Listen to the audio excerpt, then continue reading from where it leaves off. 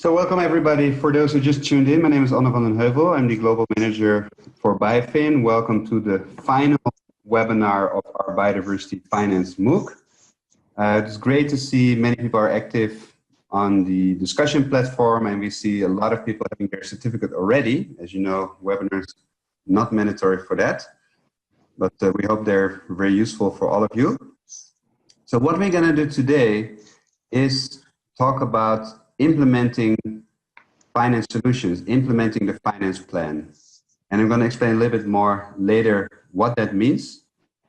And during this webinar, I'm just going to first present a little bit a refresher of the main concepts to connect it to the bigger story. And then tell you a bit more about some key elements that you can keep in mind for implementing finance solutions.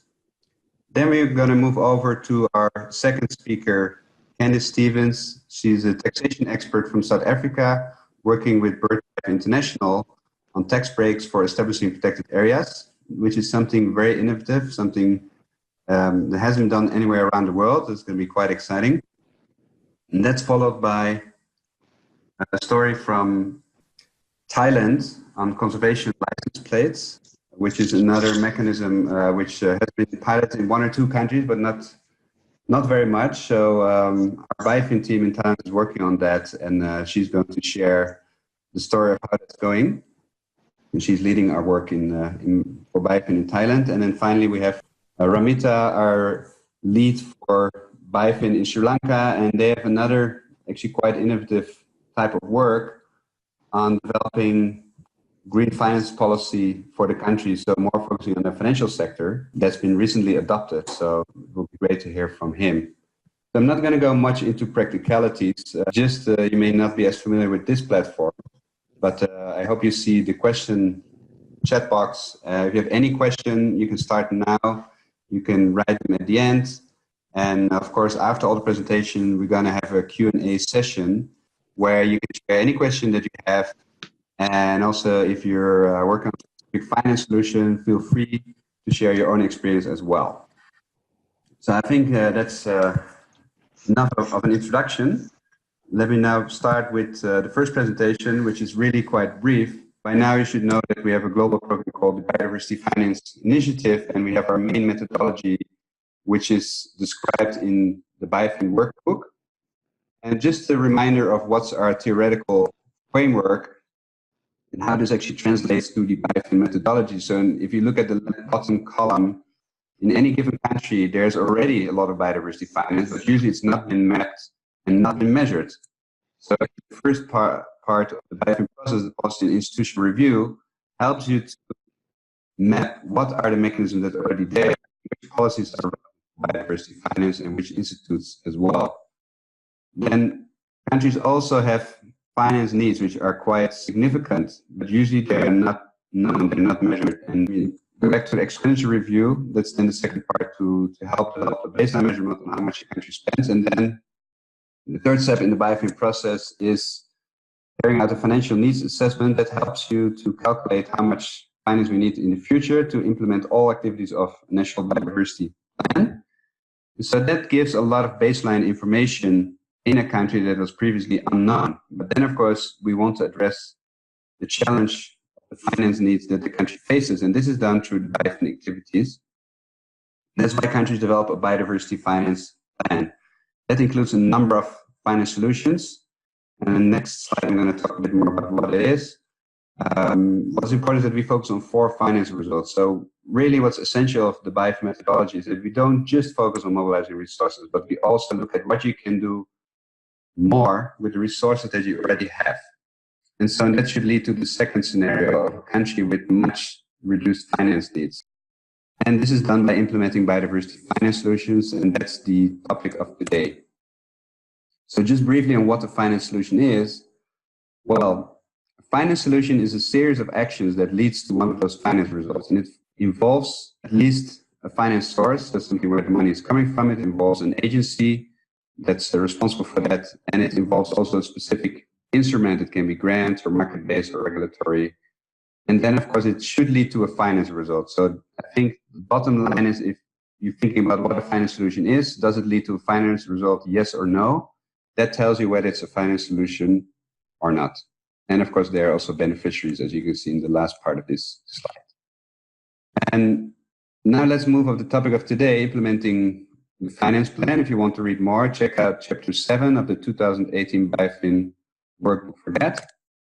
There's actually two main parts. First of all, a reminder of where biodiversity finance is coming from, which solutions are already in use. So the number one solution in the world is actually public budget. So when we design our finance solution, we have to keep in mind that that's definitely something to look at first before others. But there are increasingly a lot of innovative solutions out there. And this data here shown on the slide is actually 10 years old. If you would do this same slide for data of today, which we hope to do next year with BIOFIN, then you would find that there's a lot more innovative solutions out there that have been scaled up.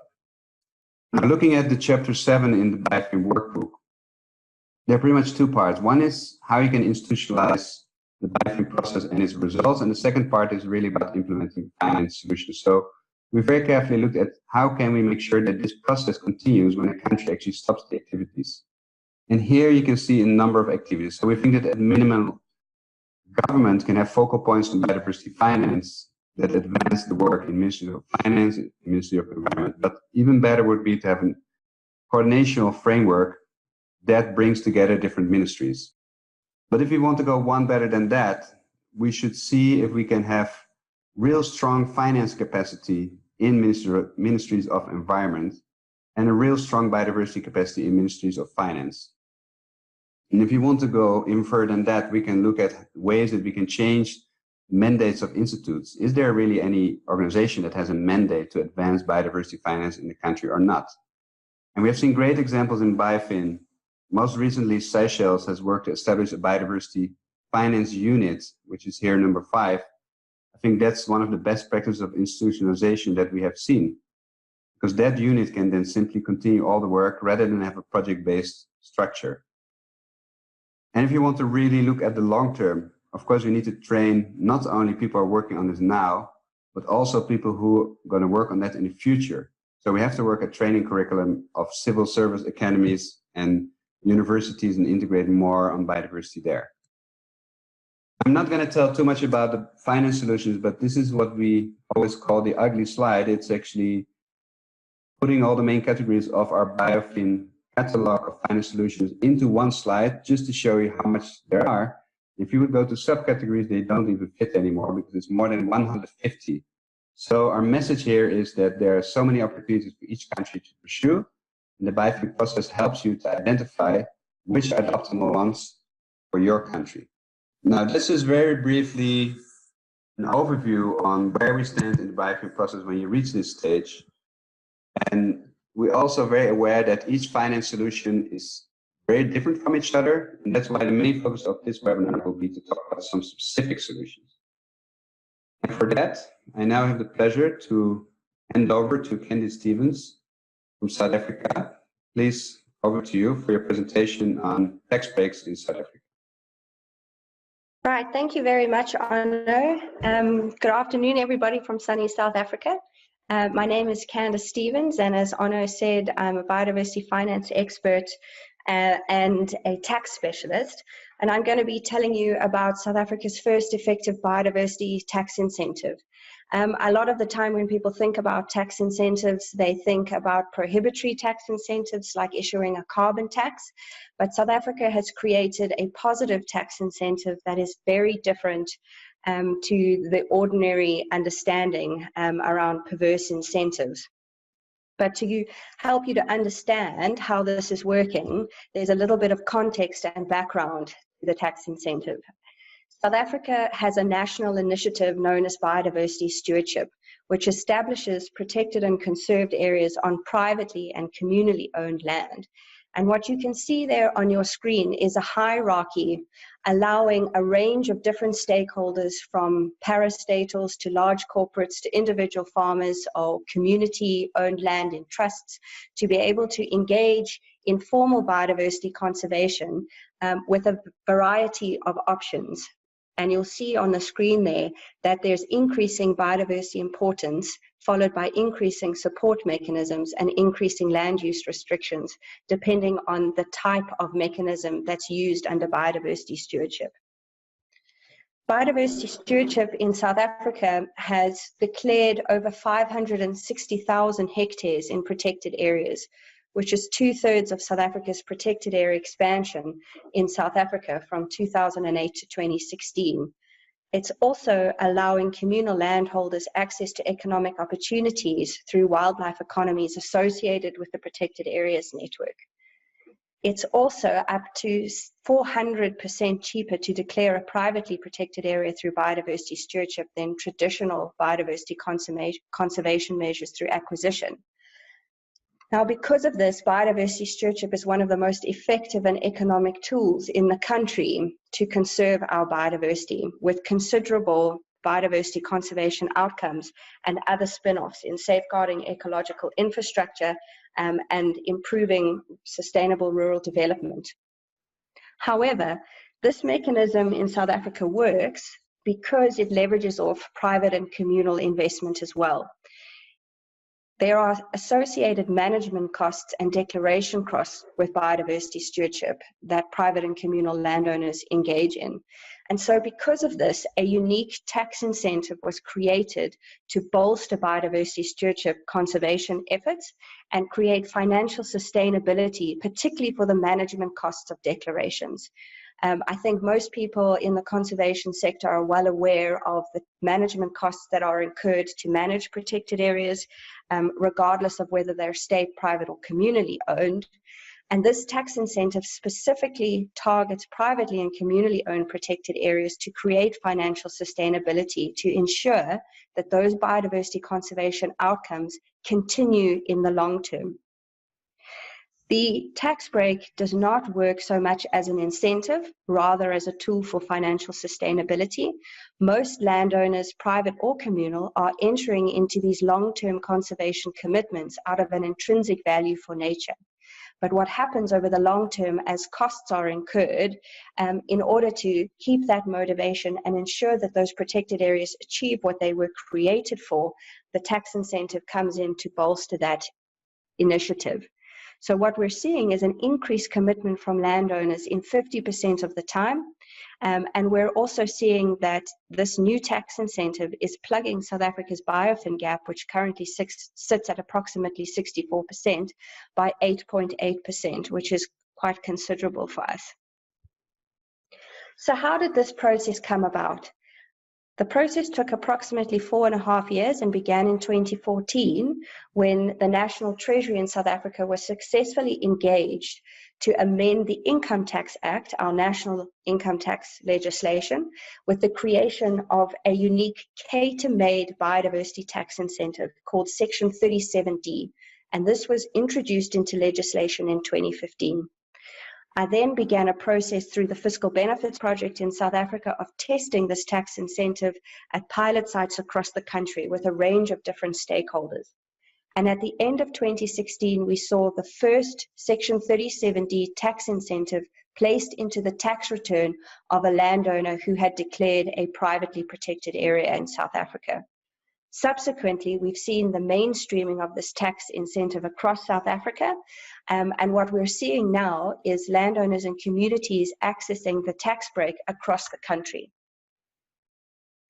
So what makes South Africa's tax incentive so unique? First and foremost, it's an income tax deduction, which means that we reduce the amount of tax paid by a different landowner or community every year. The tax deduction is based on the actual value of the land that's declared as a protected area. So, for example, if a landowner declares their property as a nature reserve, that full value of the land declared becomes the full value of the tax incentive. And this reduces tax paid at a global level. So regardless of where that entity or that landowner or community generates income from, they're able to receive the tax deduction. The deduction is also not received in the ordinary course of business, which essentially means that this is not something that any taxpayer in South Africa would ordinarily get.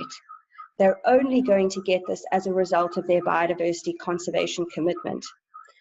And then, as I mentioned at the beginning, it's a positive incentive. This is there to reward positive behavior.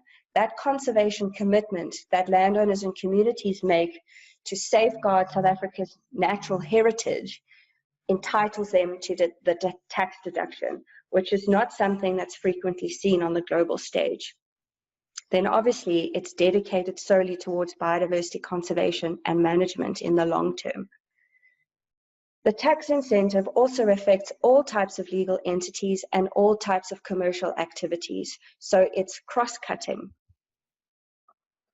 What we've seen is the impact of this tax incentive by assisting biodiversity stewardship efforts in South Africa is securing key biodiversity areas in the long term. The tax efficiency also leads to commercial growth and profitability, particularly within South Africa's wildlife economy. So South Africa is able to increase its wildlife economy opportunities through protected and conserved areas and receive tax efficiency that increases liquidity in the long term, which boosts growth and increases employment. The other thing that the tax incentive does is it provides financial sustainability for effective management. As I mentioned earlier, these declarations of protected areas require management in the long term. Year after year, management costs are being incurred to ensure that the biodiversity conservation outcomes of these protected areas are maintained. These costs have been borne by private and communal landowners.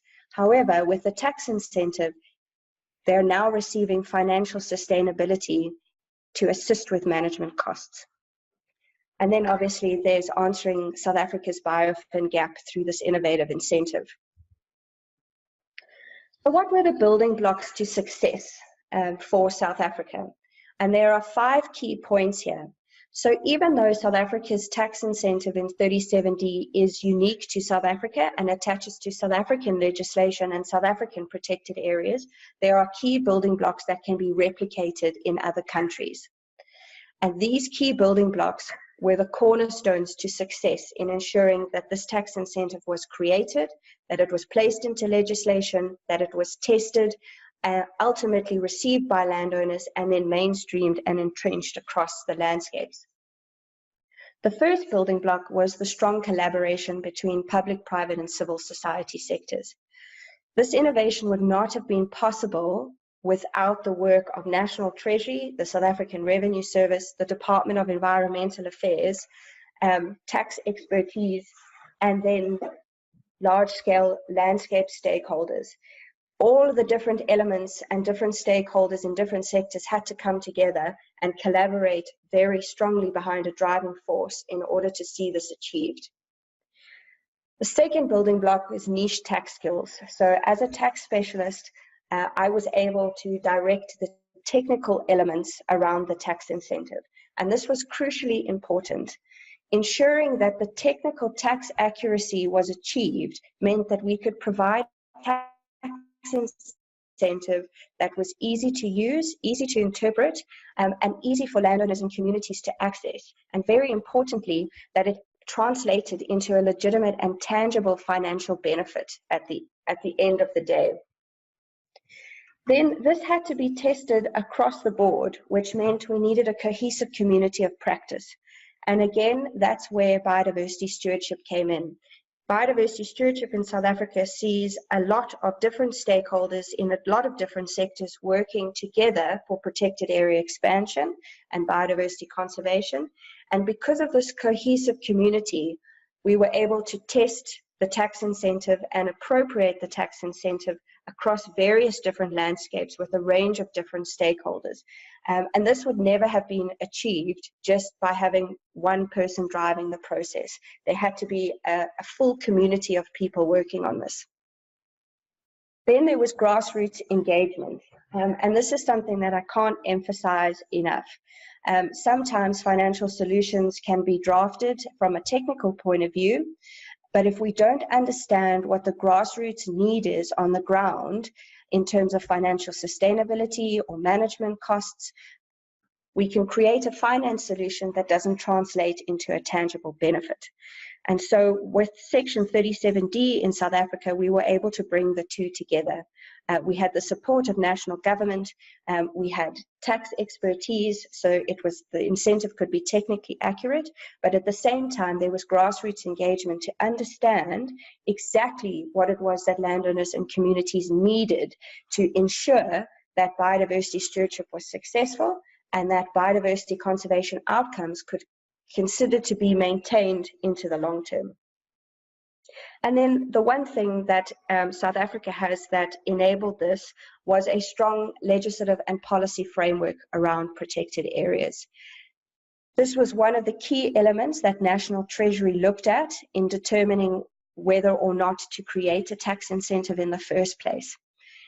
National Treasury viewed the creation of an incentive as something that required a security for that investment or a security to allow that incentive. And because South Africa's legislative and policy framework around protected areas was so strong, National Treasury felt that the right checks and balances were in place in order to create the incentive. So up on screen, you'll see a practical example. Tax can sometimes be highly technical, and as you would have noted, there were a considerable amount of building blocks and processes that went underway in order to make this incentive possible. And so I'm hoping that this practical example will illustrate the income and tangible effect. So in this example, there's a private commercial tourism operation, a Big Five lodge that operates as a private company, and they've declared a nature reserve, which is essentially a privately protected area in South Africa. This Big Five lodge operates commercial tourism operations on high biodiversity land, and this is an example that we see across South Africa within the savanna biome where there are wildlife economy opportunities. So this property that declares a nature reserve, in order to run its commercial ecotourism operations, it received considerable capital investment. It takes a considerable amount of money to get these types of Big Five lodges off the ground. And you'll see there in the example, it's also a strategic water source area, a job creation hub in a rural area. And its effective management conserves biodiversity as well as countless other benefits. So what it does in receiving the tax incentive for this company is that the tax incentive will decrease the company's tax liability. This ultimately means that the company ends up paying less tax, has more cash flow to put back into the business, more cash flow to see growth and profitability, and sustainability towards employing more people. So the value of the tax break in this example is the value of the nature reserve itself. So in this example, the entire property, as well as its commercial operations, have a book value of 100 million Rand, which is approximately $7 million. So what the company receives in this example is that full value. They've declared the entire property as a nature reserve, and the entire property is estimated at 7 million Rand, $7 million. And so the company will receive $7 million back from their taxable income, and paying less tax boosts the business cash flow, enhancing growth to profitability. I have another practical example just to illustrate the variability in the tax incentive. In some instances, there are going to be enormous values to the tax incentive, and in some instances, the values are quite small, and it depends on the type of habitat that you find, the type of commercial operations, the type of landowner. But what this example is showing is that across the board, regardless of where protected areas are declared in South Africa or who declares them and owns them, there is a benefit across the board, and it's very cross-cutting. In this practical example, you'll see an individual, Mrs. Rose, who owns a nature reserve on a very small property. She operates an indigenous nursery, employs 10 people from the local community. But as she gets older, it becomes increasingly difficult for her to manage the property, even though she'd still like to protect its biodiversity value. So obtaining Section 37D will increase her liquidity by decreasing the amount of tax she pays. And the same is true in this example. The actual value of the tax incentive is the value of the protected area that she's declared. In this example, the value of the protected area is about $12,000, and that's what Mrs. Rose will get back at 4% per annum.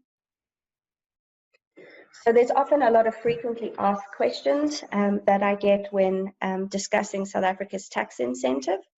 And I'm going to touch on some of them now and hopefully be able to answer some of your questions.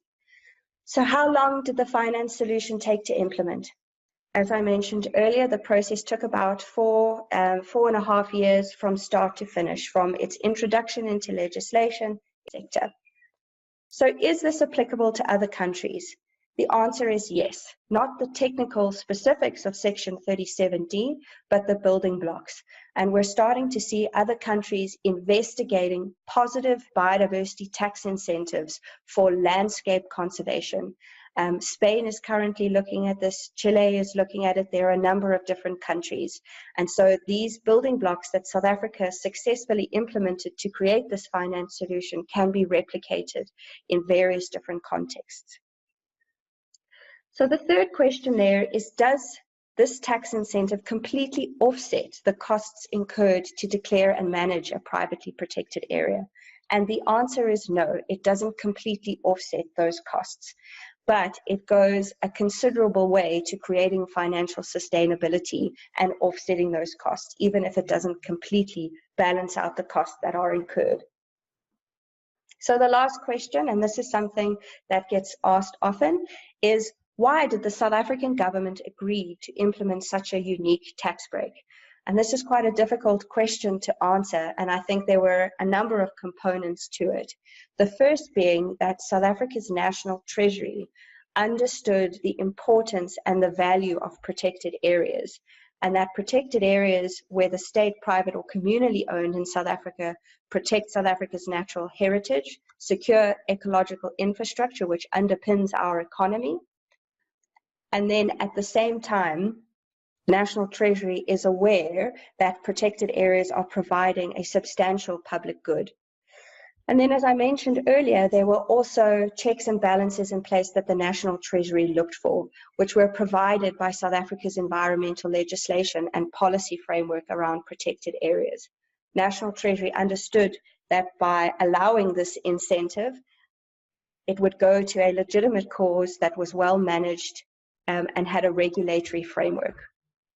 So I hope that gives you a very small snapshot of South Africa's innovation. There are considerable resources which you can read up on more about it. But thank you for listening. Thank you so much, Candice. And that's a very inspiring story indeed from South Africa, and clear that South Africa is a pioneer and innovator in biodiversity finance. And of course, at the end, you'll have an opportunity to ask Candice questions, and great, some questions already out there. So we're going to address those later. Now, let's move to the topic of cars and transport, because we know there are more than 1 billion cars in the world, and they're of course seen as part of the problem. But in Thailand, they're trying out a mechanism that can make them also part of the solution for biodiversity conservation. So, Niran, over to you to present your ongoing work on conservation license plates. Thank you, Anna. Okay. Hello, everyone. The first thing that I should say is that Thailand is becoming more and more aware that if we want to protect and conserve our biodiversity and drive for sustainable growth, we will need better finance for nature. So I'm glad that I can present about our experience, how we will implement the biodiversity finance plan. As Anna already mentioned, and you know about Thailand, that we have a lot of cars. So today I will focus on just one of our finance solutions. So this one is the conservation license plate. And I want to talk about some of the positive features of this finance solution, and also highlight some of the challenges that we are facing. And then I will share with you so that you can see how the BIOFIN process, and in particular, the workbook provides the framework and it's the tools that help us move forward in the implementation. Just a little background, as we know that the Biodiversity Finance Plan is the culmination of the entire BIOFIN process in the country. Everybody knows already about the PIR, BR, and FNA. Those are very important evidence-based analysis that we have.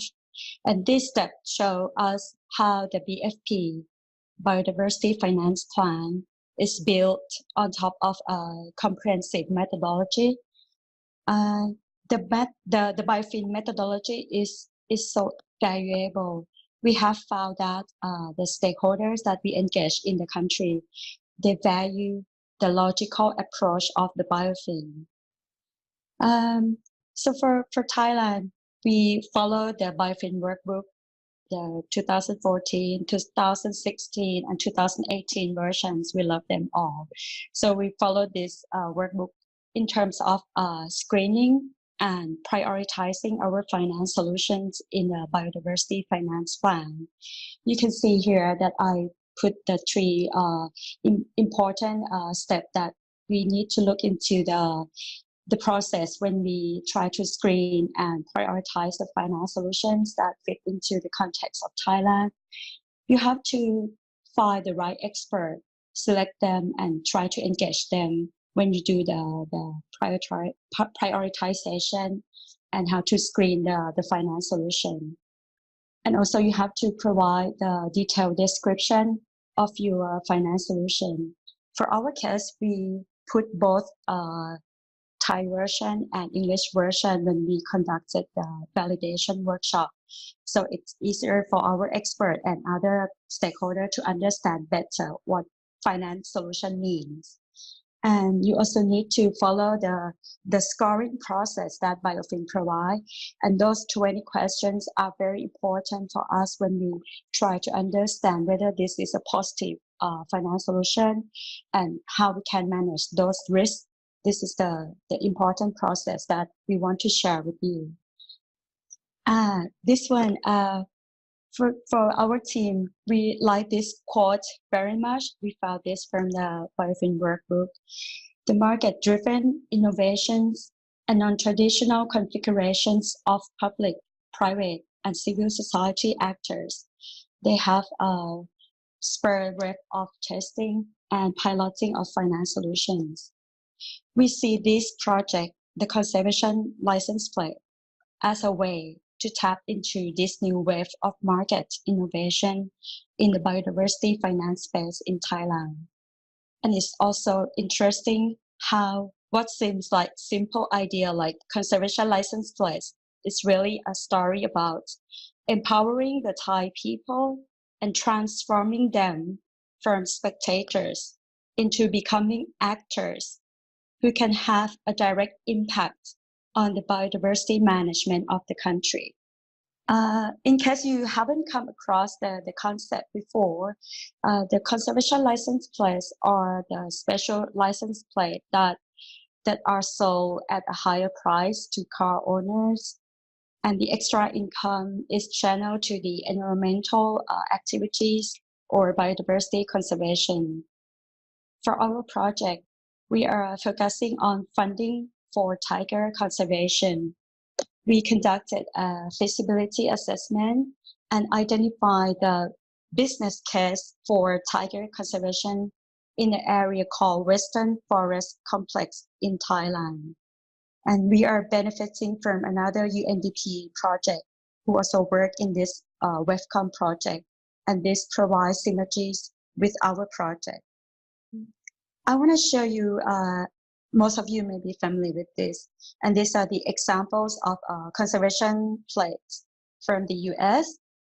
As far as we know, this would be the first time, if Thailand can make it, it would be the first time in Asia anyone has done this. So we will make it happen. We try our best. For the US, I think the practice has been quite successful, and they generate millions of dollars in the different states. So for our country, we became aware that the Department of Land Transport under the Ministry of Transport. They already has a special license plate scheme, but this one is for personalized number plates. Here we call it lucky numbers. You see this example there. These lucky numbers plates, generate a large amount of money in Thailand. Further, this sample of the license plate that you see is from the province in the south. They feature the picture of dugongs and the seagrass ecosystem, and they generate around 1.6 million during the auction process in the past 4 years. And another example is the license plate of the province called Uthai Thani. And this is where we are going to support the Tiger Project. As you can see, this feature the picture of World Heritage Site of the Huay Kha Khang Wildlife Sanctuary. As you can see, there are many of these places even have the images of wildlife. So it's totally positive for BIOFIN team in Thailand because it shows that there is an opportunity to build and expand on the current practice of the government. Of course, we understand that the conservation license plates are different from lucky number, but ultimately they are both the same concept. They are both examples of special license plates. Here, we didn't stop there after we can see this opportunity. So we trying to tap into the market demand and want to know whether people want to be part of this finance solution. So we have conducted a market survey in January on the willingness to pay for the conservation license plates. And to our surprise, we received quite positive result that over 40% of the respondents, they want to pay and they want to have a license plate like what we share with them. And after we learn about this survey result, we share with the government counterparts, and they're quite happy to know about the market demand. And we also share that if we can sell around 1,000 baht per license plate, we can generate revenue at least 11 million US dollars. Here, after we talk to our government counterpart, that's Department of Land Transport, we visit them, work with them, talk to legal experts, talk to people who sit in the office of lucky number, try to understand the whole concept. Then we continue by engaging in a national policy dialogue. Recently, we met with the Minister of Transport himself on early May, and we shared with him about this innovative finance solution. In terms of our dialogue, we feel that it is very important to reach out in a way that the Ministry of Transportation, they're already working on they're working on something towards sustainable development. So we found the entry point from this recent construction project. They just built a new wildlife corridor, and it's like a phenomenon in Thailand. This is the first wildlife corridor in our country, and it's a prime example of cooperation and mutual benefits. So we press the minister of this initiative, and we want to continue with we try to convince the minister that, yes, we are speaking the same language: wildlife, sustainability, environment, and finance solution. This is how we play with the dialogue and advocacy. And also, when you work with the BIOFIN, you have to look into the policy implications. The implication of this ongoing dialogue is to convince key policymakers. When I'm talking about key policymakers here, we just start with the Ministry of Transport. There will be 2 more ministers that we have to convince. So BIOFIN need to gain the approval of the minister because we want to make change to the regulations, and we're now working towards this. Right now, the Ministry of Transport, they want to be a bit careful because there's an issue of the government ownership of the vehicle license plates, and there are some some risk involved when some of the special license plate got stolen from the car because it's so valuable. So we have to help the government to think about this. Here is a few more advantages. As I already mentioned, that the synergy with the Tiger project is very, very useful. One of the first questions the minister asked our team, he asked, where exactly should the money be channeled to?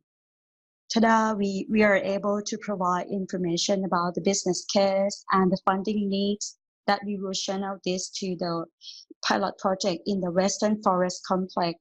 And this will go direct to tiger conservation. And this helped us to build the case, strong business case to convince the minister. Yes, the challenges. When you work with different ministry, it's obvious that you have to try to build up the institutionalization in the department, different departments. For the Department of National Parks, Wildlife and Plant Conservation, they are the main actor who help us on tiger conservation projects. For now, they got support from the UNDP funded project, but we are a bit worried after the UNDP project finished. We need to help them, support them how to bring in the institutionalization process. And the second challenge that we are now facing is how we can work with three ministers: the Minister of Transport, Minister of National Resources and Environment, and the Minister of Finance. How to convince three ministers to understand that the money will need to be generated and will be channeled to the right finance project. And recently, as I already mentioned, we talked with the Minister of Transport in early May, and that just after the recent election in Thailand. So there will be some changes in the cabinet, and the government will be formed again. So we have to go back, knock the same door, but talk to the new minister.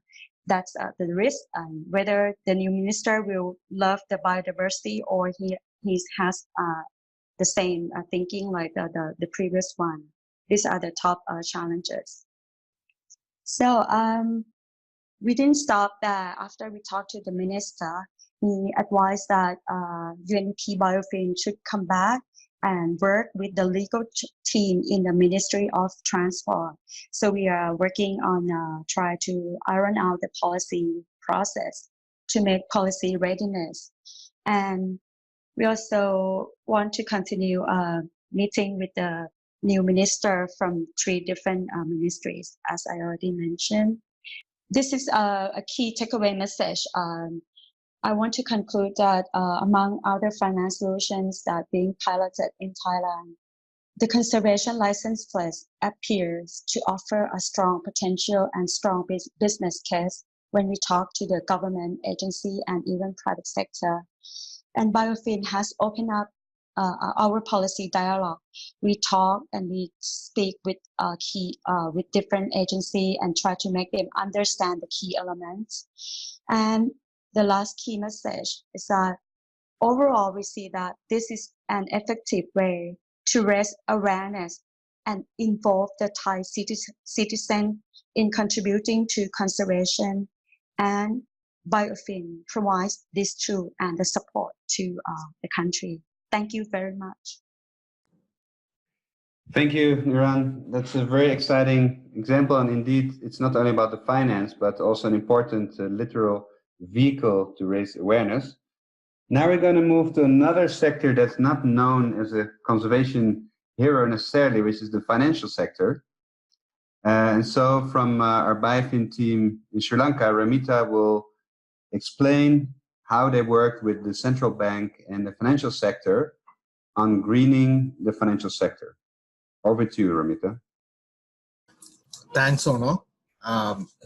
Good morning, good afternoon, and good evening, everybody from wherever you are. And it's nice to share our experience on sustainable finance framework with you, the experience we had in Sri Lanka. As per the biodiversity expenditure review conducted by Biodiversity Finance Initiative, or BIOFIN project in Sri Lanka, was basically Sri Lanka was what we found out was that Sri Lanka was investing around 7 billion Sri Lankan rupees annually. But as our financial needs assessment confirmed, we required around 72 billion Sri Lankan rupees within the 2018 to 24 period.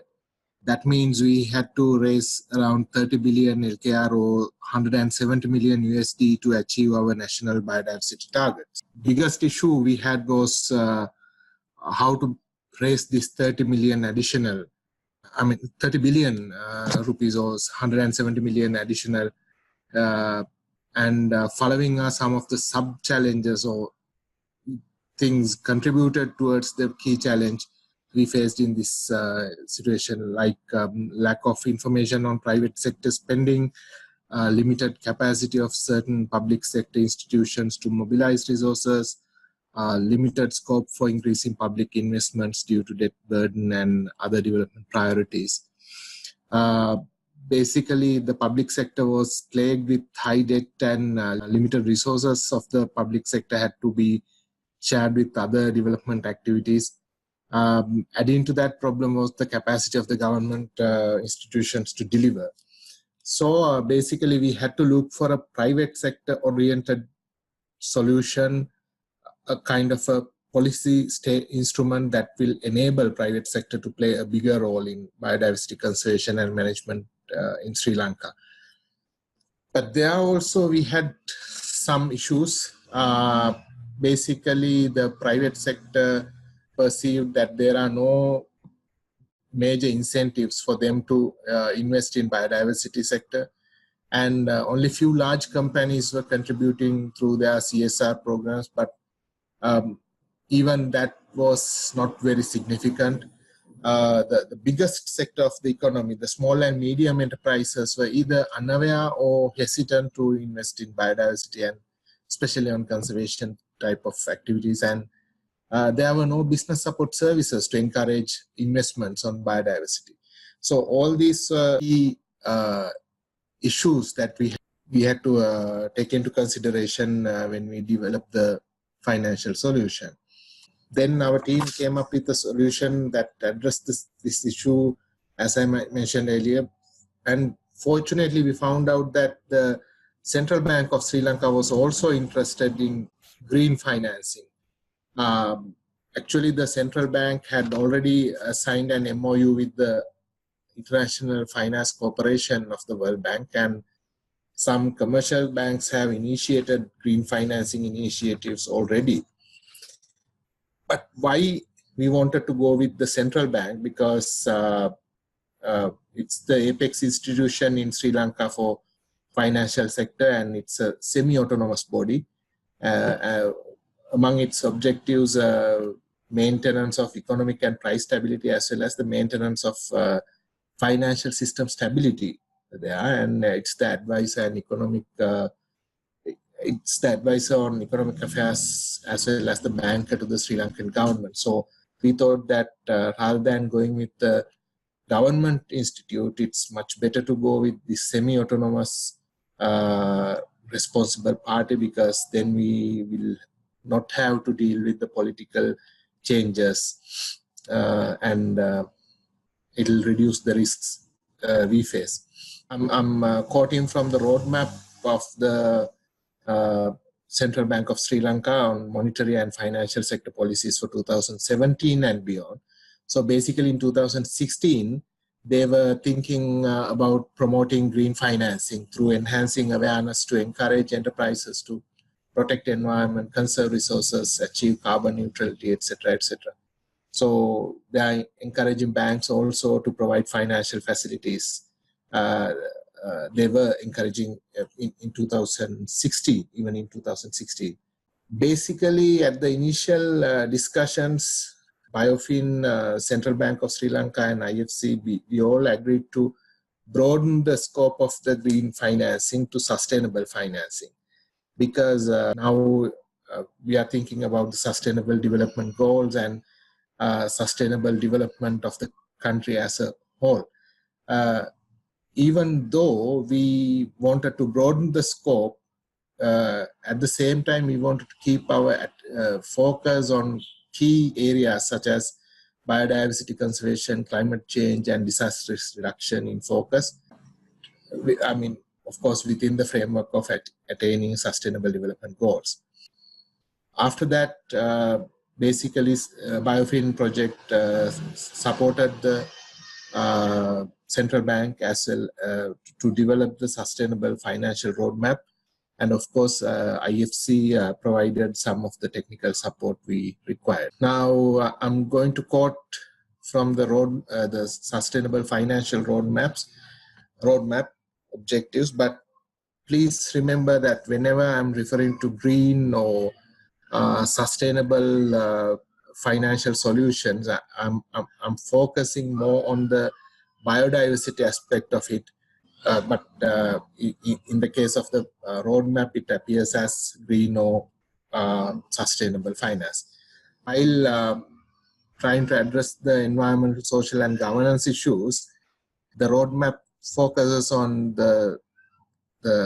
on facilitating green or climate financing products, as well as and services innovation to mobilize predominantly private capital for sustainable investment, making available the financial resources required for Sri Lanka to achieve the SDGs. It talks about green loans, green leasing options, green bonds, green public equity options, and many other green products.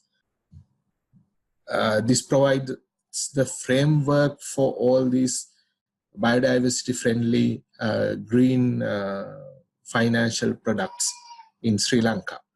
It talks about the financial sector. So basically, it provides guidance to the regulators like the central bank or the Minister of Finance and other regulators of the country, as well as commercial banks, insurance companies, leasing companies, microcredit operators, so on and so forth. Basically, it covers whole financial sector.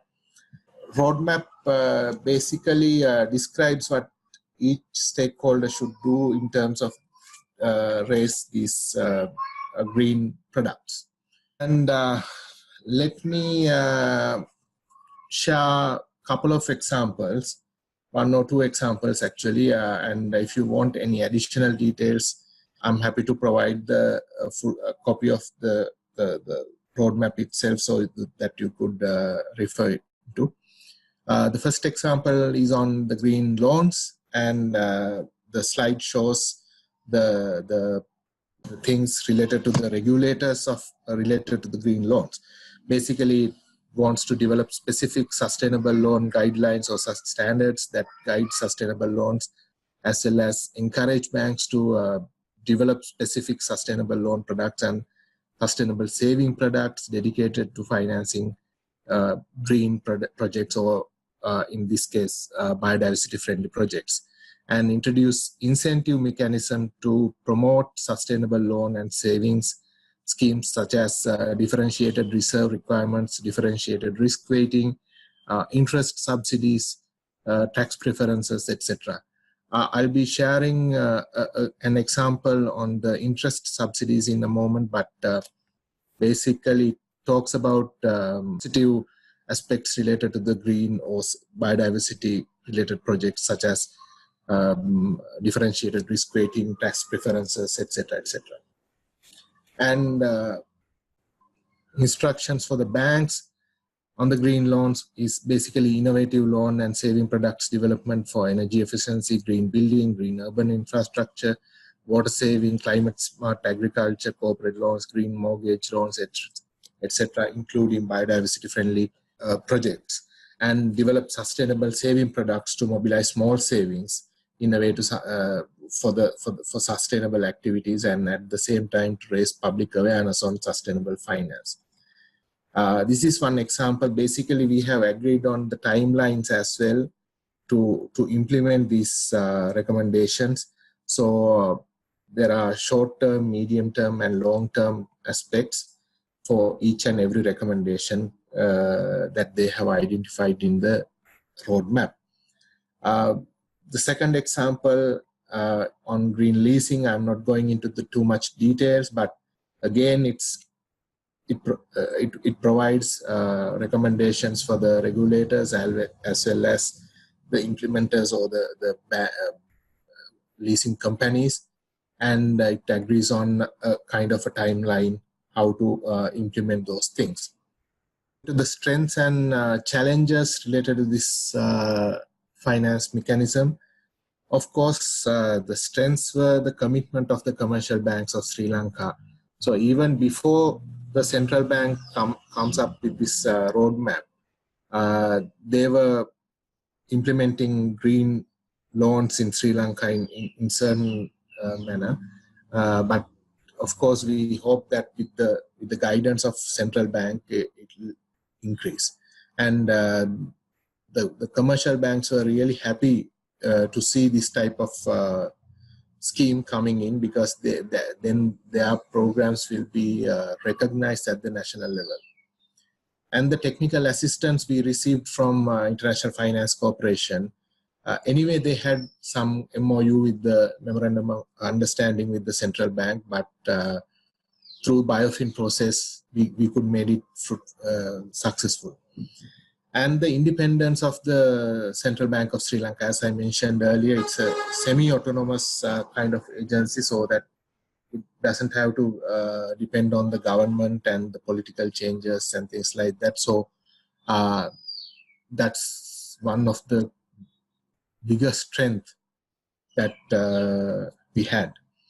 Challenges, of course, the capacity, because even though the central bank has issued this guidance, it is not a directive as such at this moment, but central bank is planning to issue these things as directives in near future, probably within 2 years or 3 years.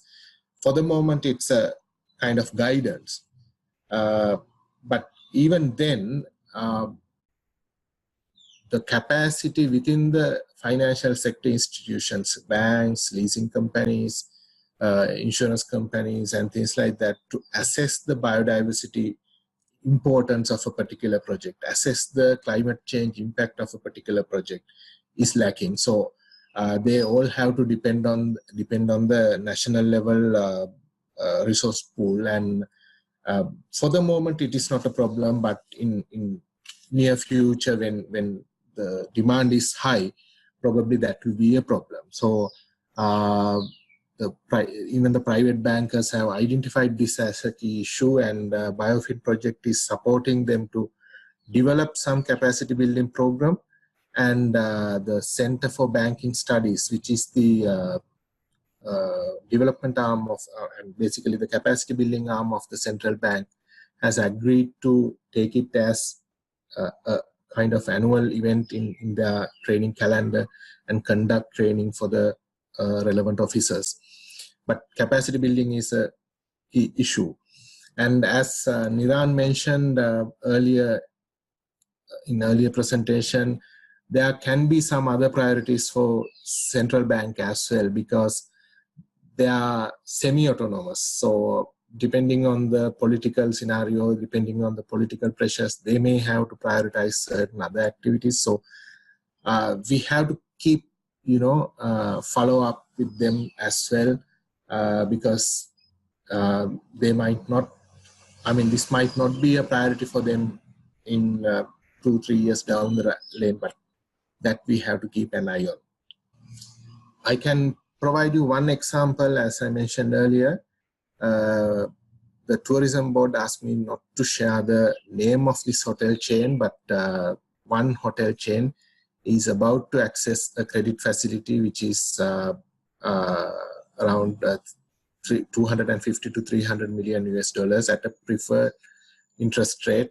That means less than 2.5 to 2.75 percentage less than the local market rate for such loans for their new hotel chain, because basically they have agreed to allocate large extent of land in Sri Lankan terms, of course, kind of approximately 300 hectares in the vicinity of their hotel for biodiversity conservation. So that particular land, some endangered species living there. So the hotel chain has agreed to set aside that particular land for the conservation, even though they are going to build a hotel next to it. And estimated benefits of the work, the solution would generate around 2.9 billion Sri Lankan rupees, which is approximately equivalent to $16 million annually for realigning production activities with great emphasis on conservation and sustainable use of biodiversity.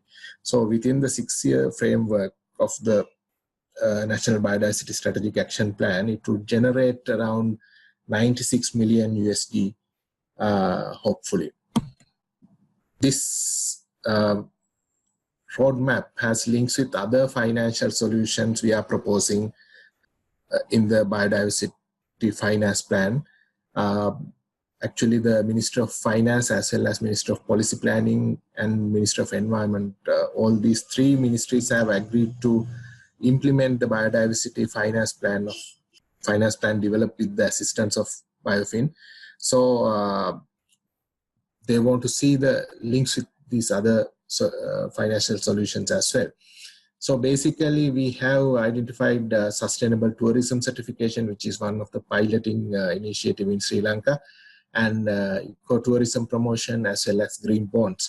So basically, these three financial solutions will be benefited through this sustainable finance roadmap of the central bank. And it will be a barrier removal for the private sector, as I mentioned earlier, kind of incentive for them to consider investments on biodiversity in near future. And it opens up new avenues for public-private partnerships. So basically providing us the platform that we required to invite private sector of Sri Lanka to invest on biodiversity conservation and management. Thank you very much, and I'm happy to answer any questions if you have.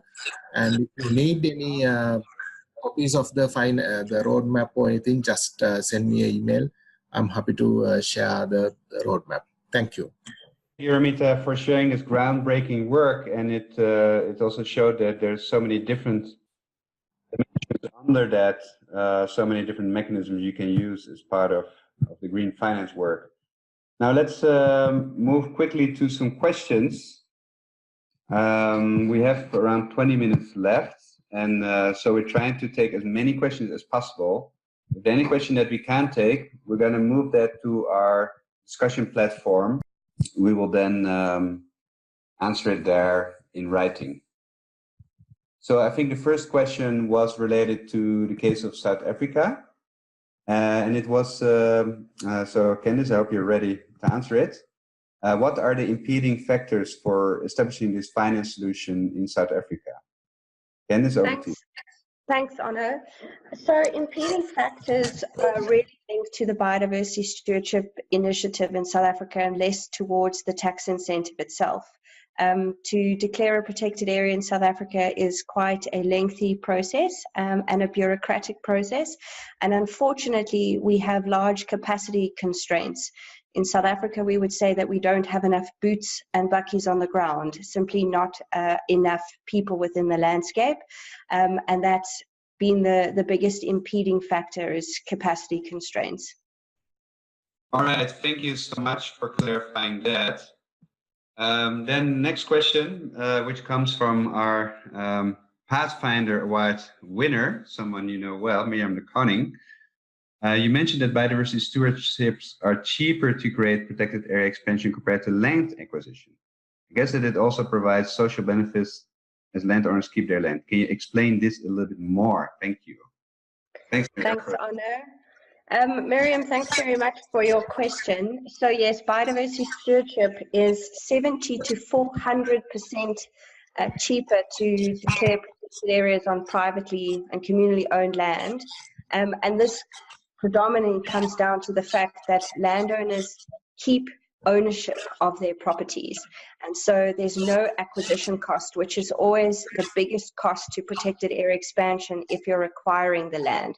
So in this case, you have the same legislative status, the same management requirements, the same land use restrictions, the same access to incentives, but ownership remains with that private individual or company or community.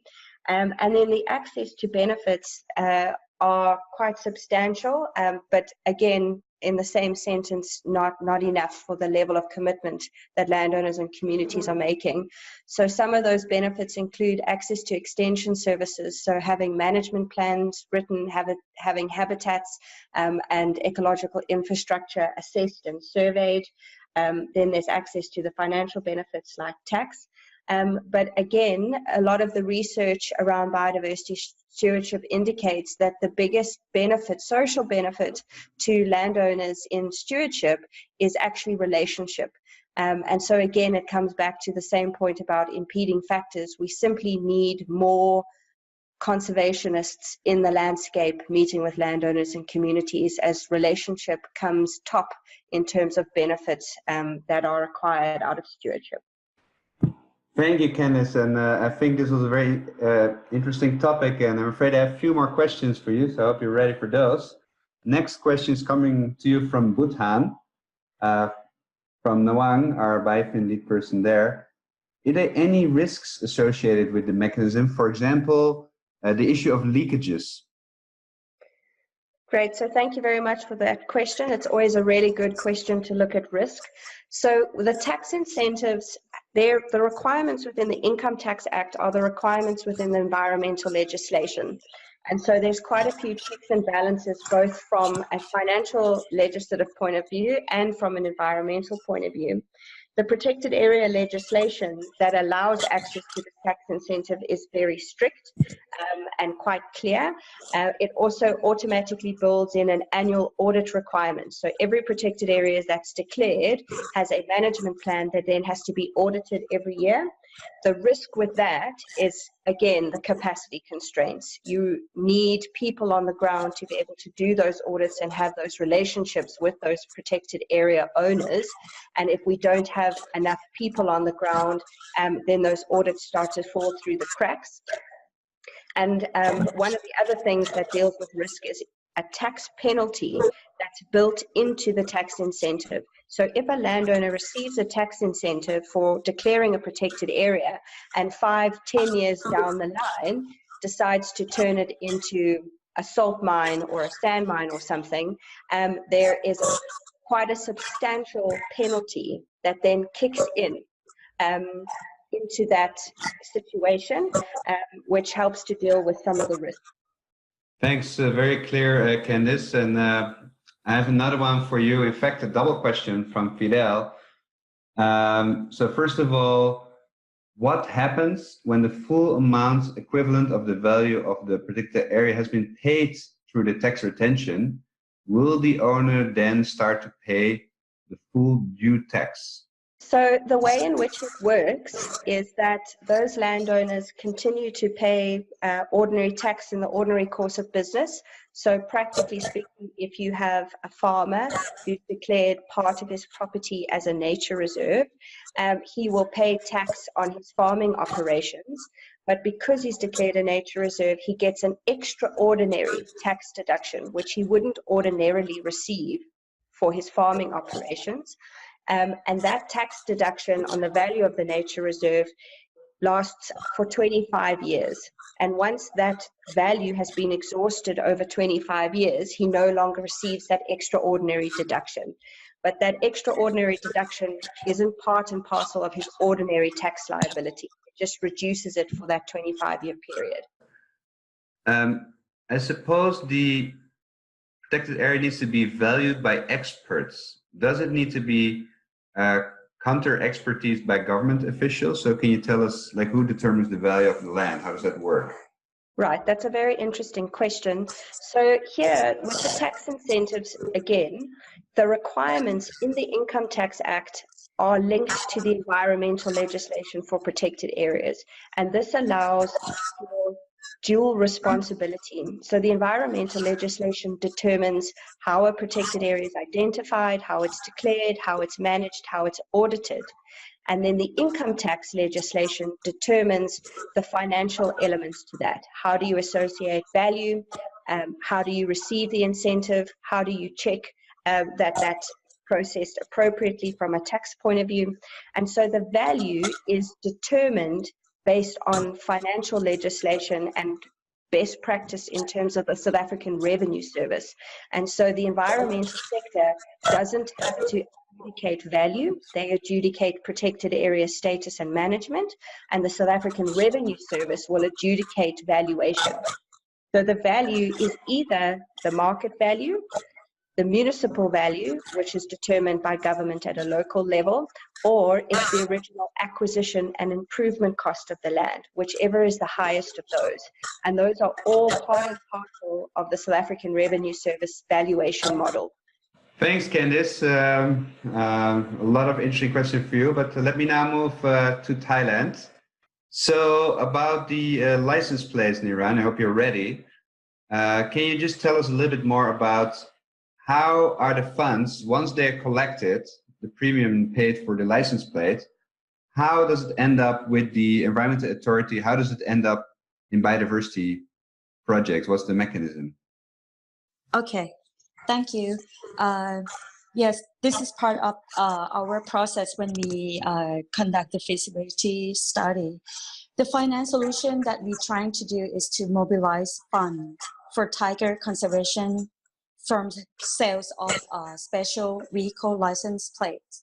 And this money will channel to the conservation activities.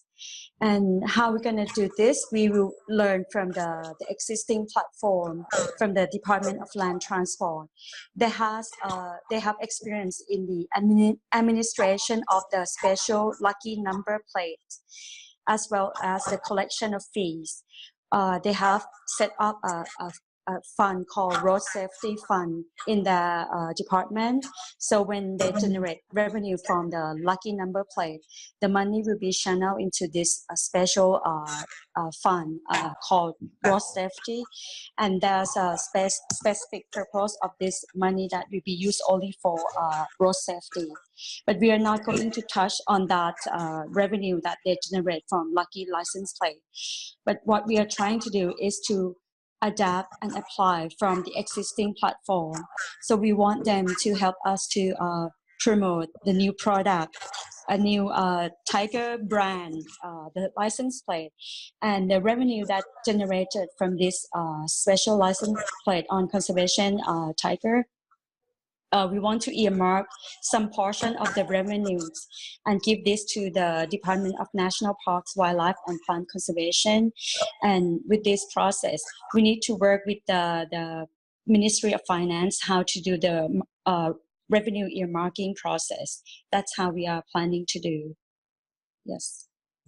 Thank you so much, Niran. And we're going to stay with you because the next question that comes from one of our Facebook live stream viewers is, does the Ministry of Transport allow to install this kind of plate in cars? Where did you make the survey to assess the willingness to pay? And is it related to people buying similar plates now? Or is it about potentially buying them in the future? All right. We conducted the market survey by working with a very famous poll institute called NIDA in Thailand.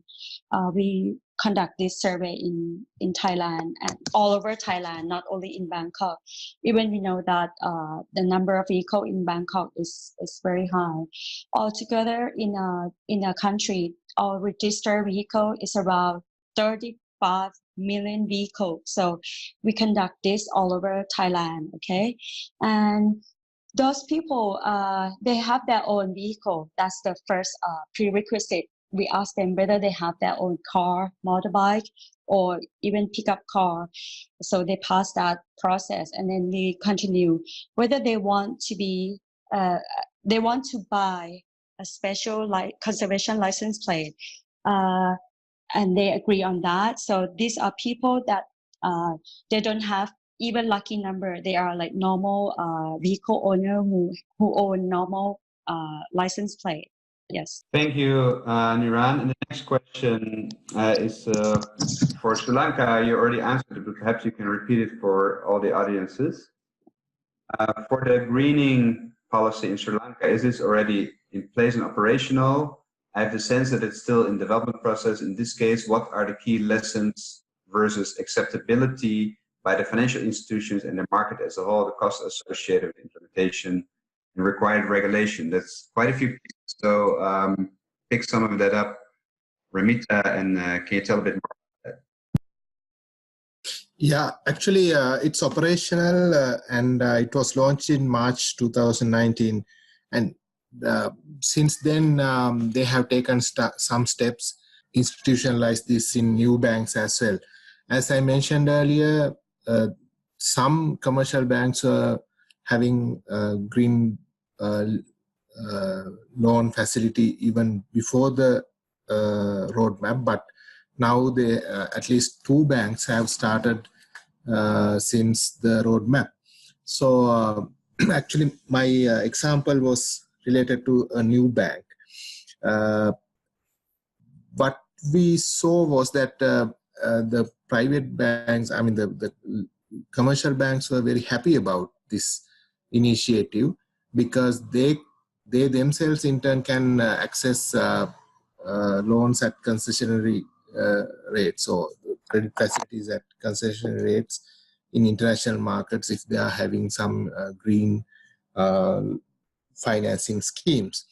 The second aspect for not having a major kind of opposition was that we were very clearly mentioning to everybody that the central bank is not going to make it a directive immediately, but it will be a kind of a guidance for them for the moment. But in future, probably within 2 to 3 years' time, it will be a kind of directive. So they have some time to adjust and prepare for the upcoming policy initiatives of the system. The third aspect was that basically there were no opposition as such, but some small banks were thinking that they might not get the advantages as the other banks, as the big banks of the country would get. As you know very well, that banking is a very competitive industry, and they are thinking about the profit margins and things like that every day. So some small banks were of that view, and they were asking for additional capacity building support and basically giving them the priority over the big banks on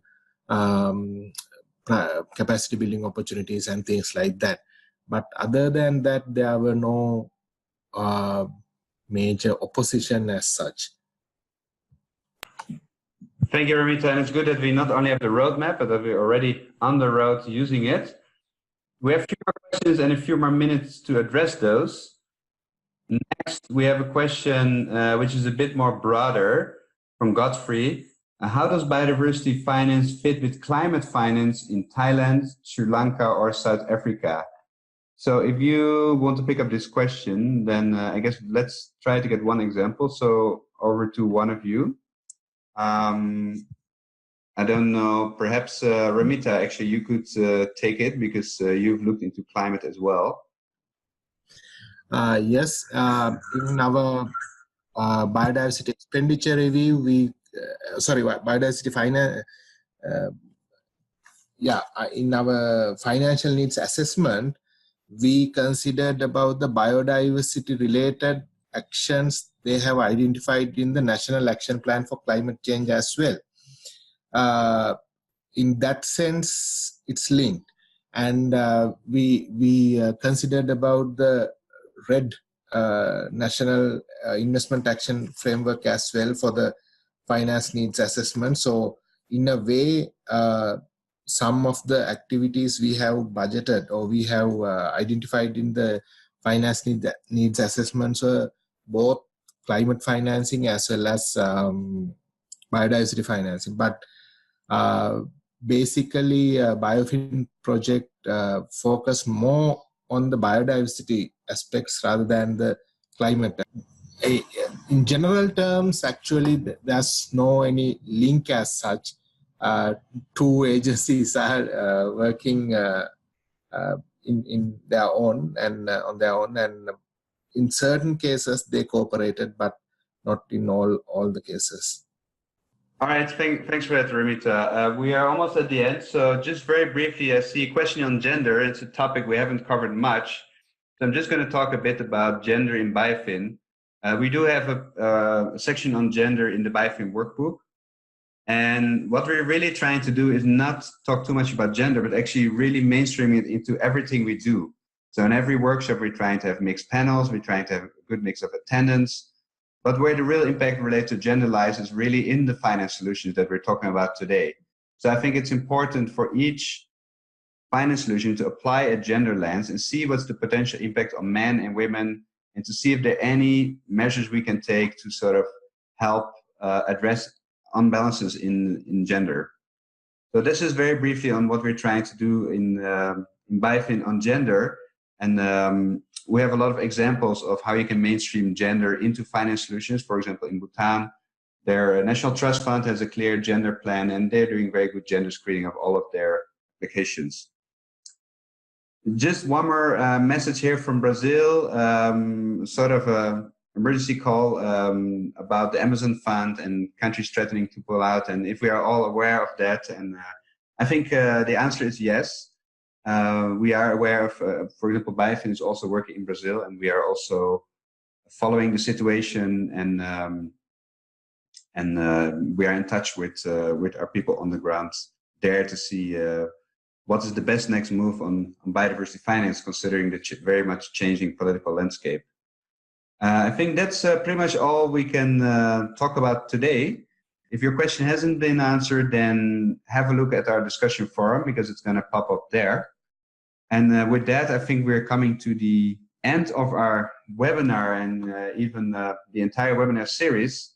So I just want to very briefly thank all of our teams that were involved, and especially also the speakers and the speakers of today. Thank you very much for contributing your lessons and your experiences. And thank you especially for the participants, because this MOOC was really there for you. We hope that you've learned a lot. We hope that you know more about biodiversity finance and feel encouraged to do even more. And don't think this is just about green bonds and all the big mechanisms, but you're all biodiversity finance stakeholders. You can put your savings into some green fund. You can look how green is your pension fund. I think green finance, biodiversity finance is something that everybody can make a contribution to. And so I hope you're all inspired to do so. From our side, we are now working on making the e-learning module, and that will be accessible for anyone, but of course without these kind of interactive features such as this live webinar and the discussion forum. So thanks again to our 3 speakers and for everyone joining. I hope it was a great journey. It's coming to an end, and thank you all for participating. Bye for now.